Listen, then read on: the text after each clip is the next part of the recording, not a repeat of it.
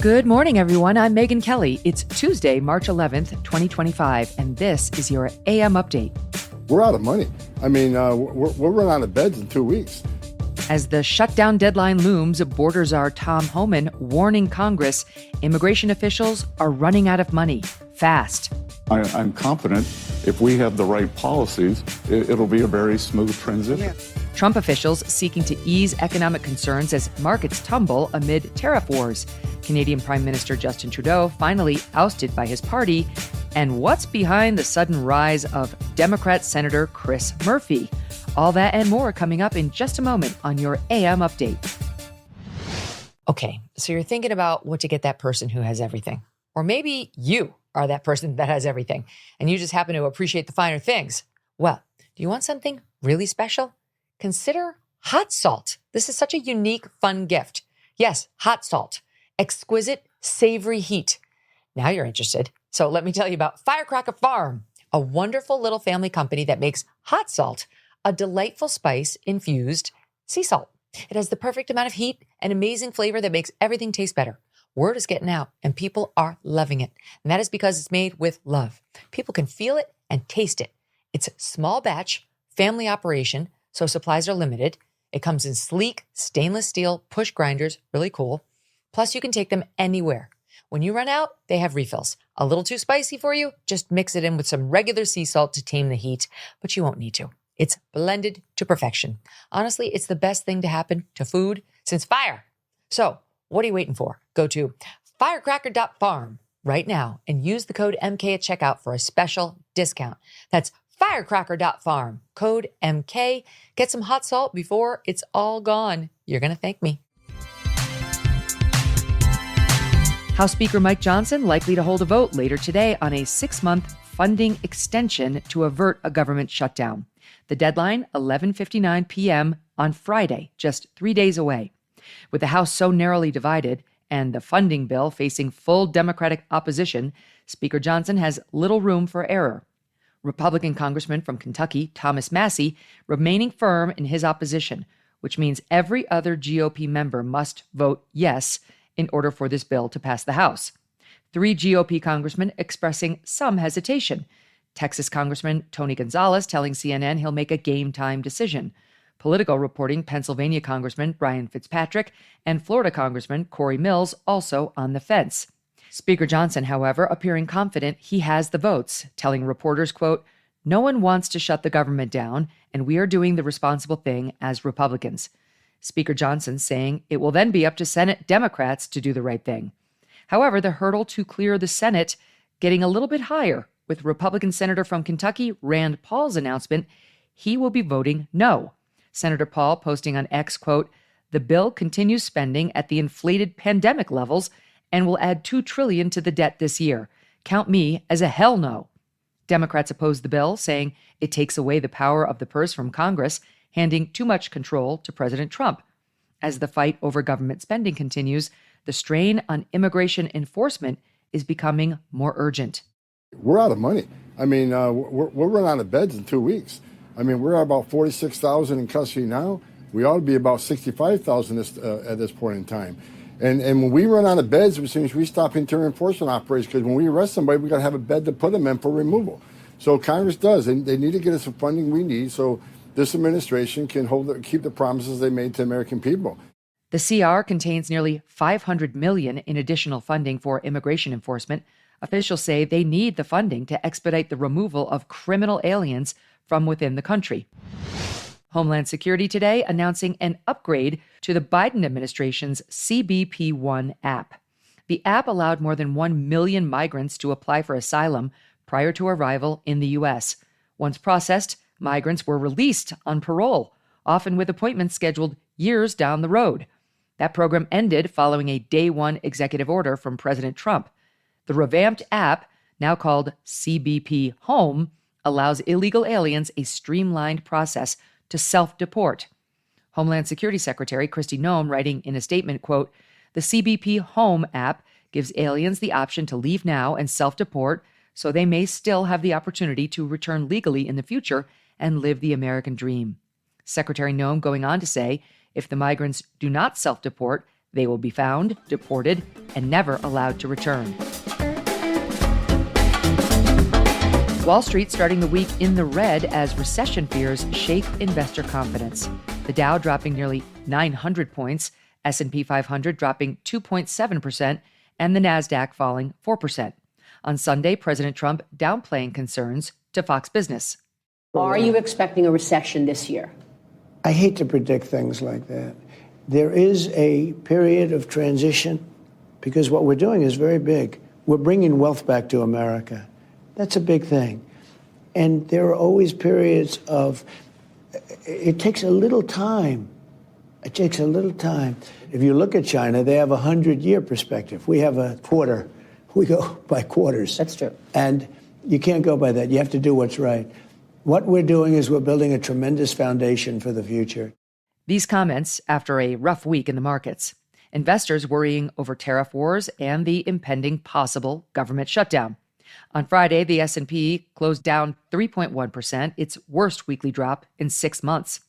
Trump administration officials, like their boss, insisting the short-term pain is necessary to build a more resilient economy. Treasury Secretary Scott Bessent telling CNBC that the administration's goal is to shift from government-driven growth to a private sector-led economy. We are trying to transition from public to private.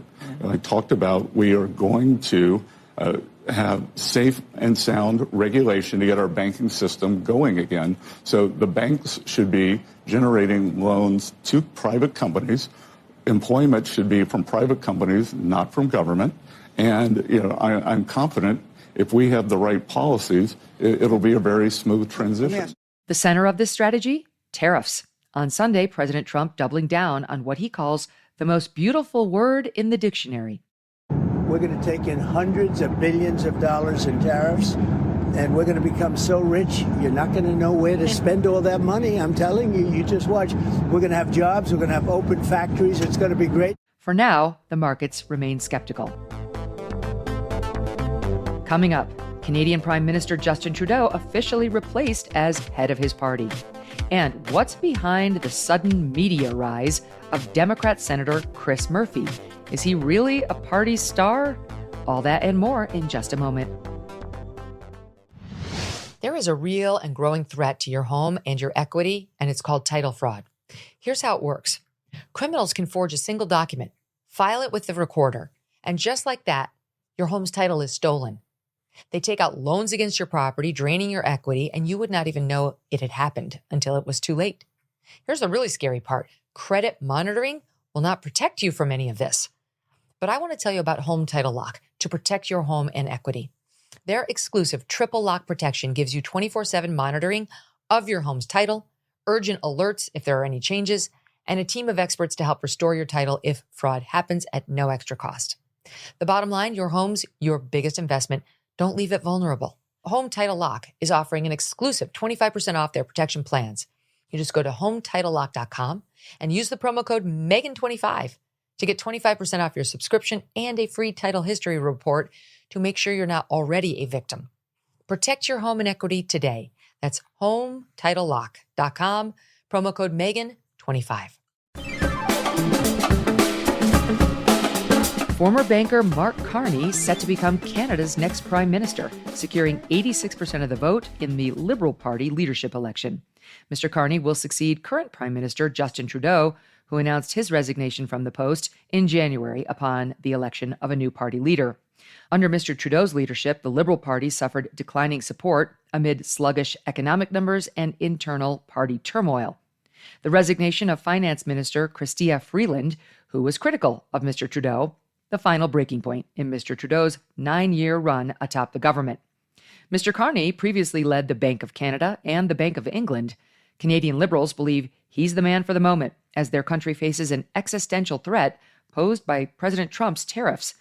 In his victory speech, Mr. Carney rejecting President Trump's suggestions of making Canada the 51st state. The Americans want our resources, our water, our land, our country. Think about it. If they succeeded, they would destroy our way of life. And Canada never, ever will be part of America in any way, shape, or form. But Canadians are always ready when someone else drops the gloves. So the Americans, they should make no mistake, in trade as in hockey, Canada will win. Under the country's parliamentary system, Mr. Carney is expected to call a national election in the coming weeks, seeking a mandate from all voters. Mr. Carney poised to run against the head of the opposition party, Conservative leader Pierre Poilievre.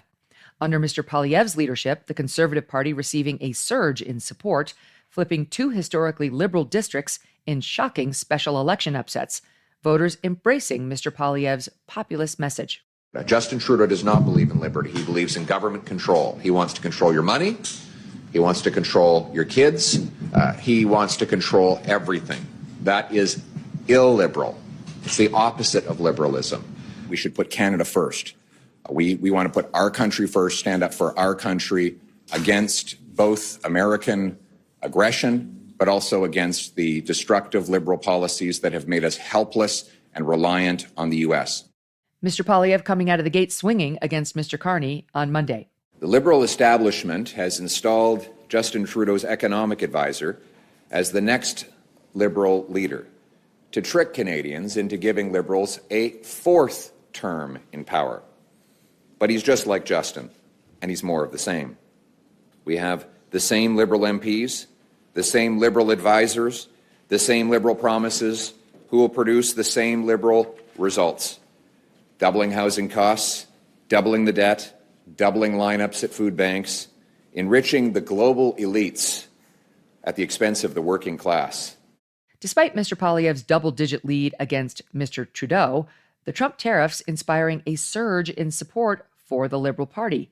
The Liberals, whose approval rating had been hovering in the low 20s, climbing to higher than 30%, up 10 points since January. Canadian pollster the Angus Reid Institute finds 43% of Canadians believe Mark Carney would better handle negotiations with President Trump versus 34% who choose Pierre Poilievre. The Liberal Party seeking to capitalize on this momentum as more Trump tariffs are set to kick in April 2nd. Secretary of State Marco Rubio in Saudi Arabia today, meeting with Ukrainian President Volodymyr Zelensky's top aide, Andrei Yermak, in an effort to revive peace talks. The AP, reporting two anonymous sources, say the Ukrainian delegation is ready to sign the rare earth minerals deal during the talks. The Ukrainians are likely also to propose an air and sea ceasefire in Ukraine, a move meant to convince President Trump the Ukrainians are serious about reaching peace with the Russians. Special Envoy Steve Witkoff expressing optimism that a deal will be made. Does it get done this week? Bill, I hope so. Zelensky sent a letter to the president. He apologized for that whole incident that happened in the Oval Office. I think that was an important step. And there's been a lot of discussion between our teams and the Ukrainians and the Europeans who are relevant to this discussion as well. And I would like to describe it as progress.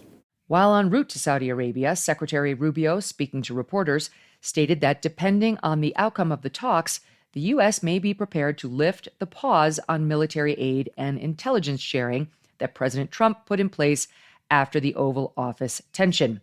He added that his visit aims to assess what concessions the Ukrainians are willing to make. As Democrats struggle to find their footing in the second Trump administration, Democrat Senator from Connecticut Chris Murphy attempting to fill the void with digital content. Senator Murphy's social media videos, often selfie style, regularly going viral, despite his status as a rather middling lawmaker.